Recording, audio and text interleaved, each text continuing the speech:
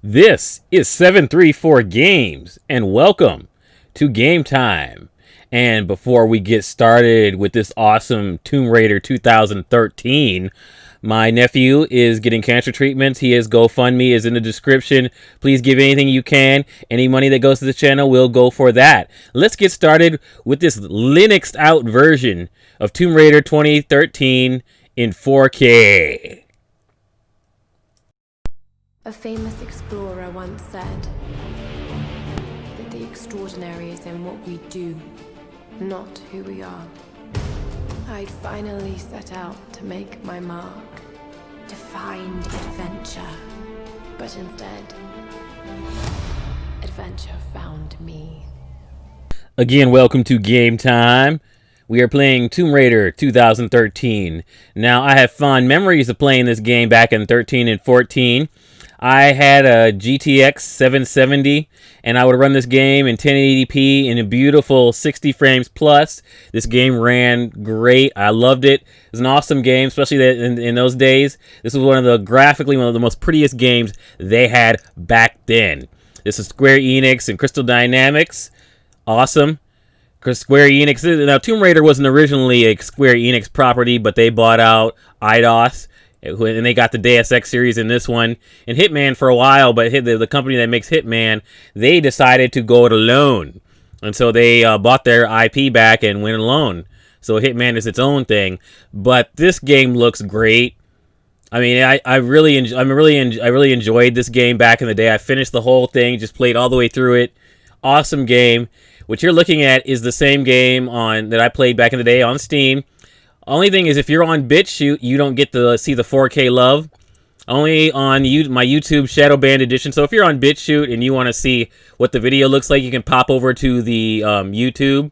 The link will be in the description. Check it out. See what it looks like in 4K. The game looks really good. The game looks really next gen. The only thing is, you can tell it's not a next gen game is because the levels are kind of corridor based. You know, I mean, back then in 2013, games were not as big as they are in 2020. So that's the only thing that's really different, but this is still a fun game, and it's way better than Shadows of the Tomb Raider. That was a piece of garbage in my mind. I hated that game. Couldn't stand it. I think that game will play on Linux. And now, if you're a Linux user, I gotta tell you, when you start the game up, first thing you need to do is turn off the motion blur. Once you turn off the motion blur, you can play this game at the maximum level, everything going. You can have recording software in the background like I did, because I had to record the video, obviously, on Linux. So, I mean, I didn't use an external video or capture card. So basically what you're looking at is a game recorded locally, and it still ran beautifully. And it's just now, don't worry about if you have a new system, do not use the benchmark tool, because you're not going to get the right numbers through their benchmark tool, because your system is way different than the 770 was back in the day.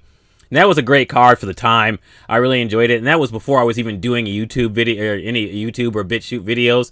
I wasn't doing gaming videos back then. I was living in a different state. But, you know, it's just like, this game has aged really well. Especially, I think they must have patched it for 4K, because it looks really good in 4K. Everything about it. The cutscenes have not aged that well. The cutscenes don't look that good at all. But the actual in-game looks awesome, and I kind of want to play this game all the way through again on this rig. Another thing about that, if you're a Linux user, I tried putting this on my external, because it's a legacy game, it's single player. I tried putting it on an external hard drive and playing it through Linux, and it would not let me. Some games will and some games won't. This game, you have to have it on your main hard drive to play it. That's just one of them technical things. I don't understand why they did it that way, but that's the way it is. So that's what I had to do. But it runs beautifully on my M.2 drive. I'm running it on. Looks next gen and almost plays next gen. I mean, just a great looking game. And the action is really good. The action is really well paced in this game. This is one like I would have to say that Rise of the Tomb Raider was probably a little better than this game. But this was the second best game in the series. Rise was the pinnacle of the series. Shadows you might as well ignore. Shadows was not a good game at all. I don't know what they were thinking. It had crappy action, like really short action scenes. This game has really cool action scenes, really cool set pieces, very good graphics and dialogue. The presentation is top notch, and I think you definitely like Crystal Dynamics was really trying to hit it out of the park, and I think they succeeded. That's pretty much it for this episode of Game Time.